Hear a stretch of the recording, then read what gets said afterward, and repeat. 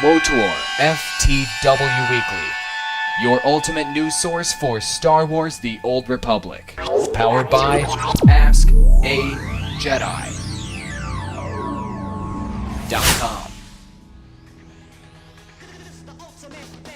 Boom, sucko! What's up, everybody? AWOL here from FTW Broadcasting. Very excited to bring you another episode of my favorite show, SWTOR FTW Weekly News. And if you're not already familiar with this show, I bring you everything that happened in Star Wars The Old Republic over the last week in about 15 minutes, so you don't have to search the entire internet to get that information.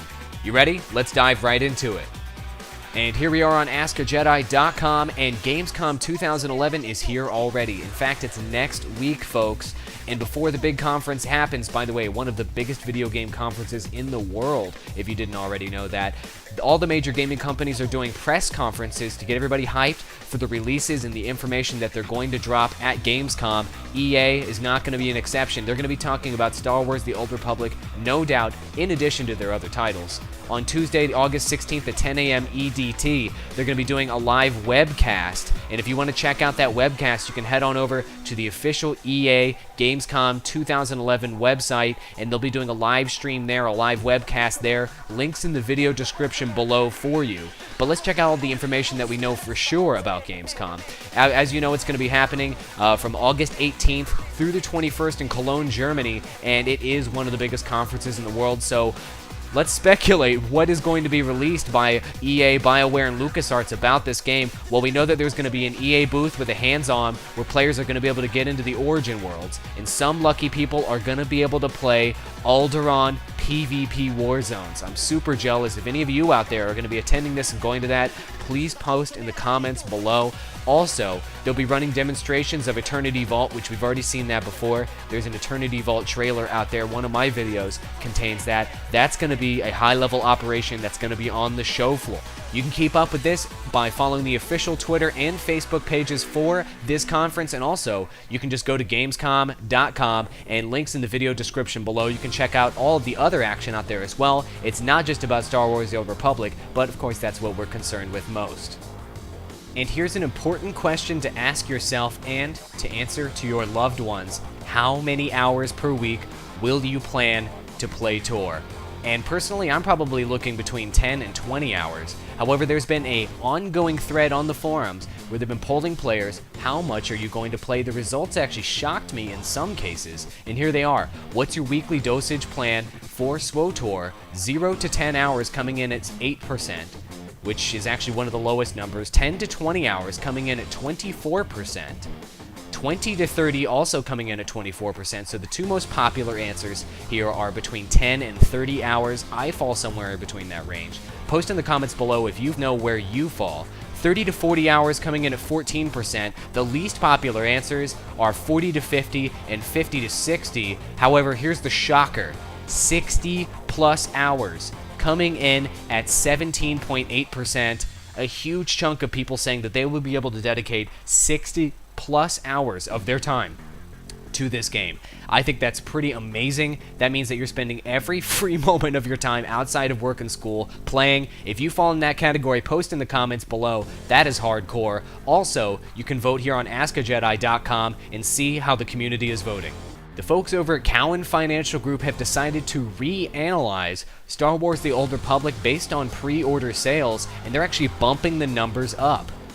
They're saying that the game is going to sell 3 million units in the first year, and you saw the predictions in one of my earlier weekly news segments. Doug Krutz is saying that 3 million is going to be the number that's going to be dropped here, and the reason is that the game is trending as good as two of the top-selling titles of last year, like StarCraft 2 and World of Warcraft Cataclysm, which sold about 4 million units. They're tracking the sales on Amazon.com, the pre-order sales, and they're saying that this is going to sell 3 million units, bumping that up from their previous prediction of 2 million, with 1 million following in subscribers. Come check out this article, and it looks like this game's going to be big, folks. And the Friday update this week was chock full of all kinds of good stuff. It's another Fan Friday, and also they gave some Gamescom details, and one of my favorite parts was the fan art that was dropped here. Gen Effects, I think, wins the prize for the coolest artwork, as this is a nice 3D rendering of a Twilight girl on the forest moon of Endor. Take a look at the details here. I mean, this is unbelievably good, and this person definitely has a future in doing 3D rendering and artist renderings. Perhaps BioWare should hire this person. It's a pretty cool looking butterfly there. Anyway, very, very detailed, very nice 3D art, and you can check out the link here on the AskAJedi.com article if you'd like to check out more work from her. Also, there is a French forum goer by the name of Norzali who did some really cool Republic propaganda, and I really like this. Healing is our daily job, but destroying the enemy is our priority, and I really like the propaganda here. This reminded me a lot of like Starship Troopers propaganda, and the detailing and the styling is very, very cool, as there's a version here with red and everybody has guns in that case, and then we have another version here without guns. I really like this propaganda. Really cool artwork there if you want to check that out. Link in the video description below. Also, Tatooine Sunday was posted by Alliant, which is a very, very awesome artist rendering inspired by the E3 Tatooine coverage. It's just a really awesome cinematic panoramic view also. They did some other artist renderings here. Just really, really cool landscapes, very, very detailed, and just obviously such a very talented artist made this. So I really like these Fan Fridays. Also, they highlighted a guild called Chimera, which is an EU-centric French guild. So for all of our French fans out there, come check out this guild. Link in the video description below. I did not hit the translate button, so I don't know what they're saying here on the website, but what I do know is that they're part of Tor Syndicate. So come check this out if you're going to be a French SWTOR player, and get involved with these folks, as they really seem to have their stuff together. And if you get featured in a Fan Friday, that means you are the real deal.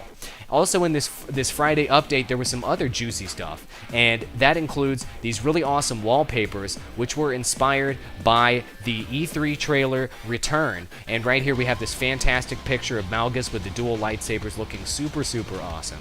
And as we scroll down, really, really iconic scene here as Jedi Master Kauchen Darek fights off Vindican and Malgus. Notice he's doing the double-sided lightsaber as well as the single. I mean, it was really hardcore. Really cool shot here. This is nothing new, but I mean, it's really awesome wallpaper, so I really like it. And then this is the part where Jedi Master Darek flies that giant canister at Malgus, and he just cuts through it and jumps through the air, hardcore style. And Malgus leaps toward him for the final duel in that scene. Very, very nice wallpaper. I like that a lot. And for those of you out there who want to be super nerdy and super hardcore, we've got some cool forum phrases here. And so if you want to say cheers and danger and good post and great update, maybe you should post this in the comments below for my video. Then you can go ahead and use these on the forums. That will make you nerdier than all your friends and all more Star Warsy. So come check these out and win. There we go. Where's the for and the? I can put that together for some FTW action. Come check out all these links in the video description below.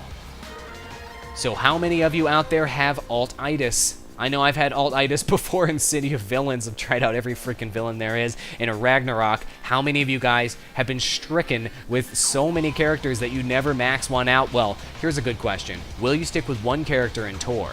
And I know this game is going to be such a story-oriented game.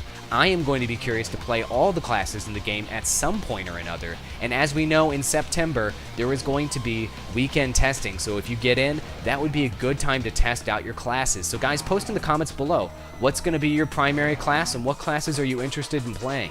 Personally, I'm going to start out with a Bounty Hunter, and I'm probably going to go to an Inquisitor alt, but I do plan on trying out all the classes at some point.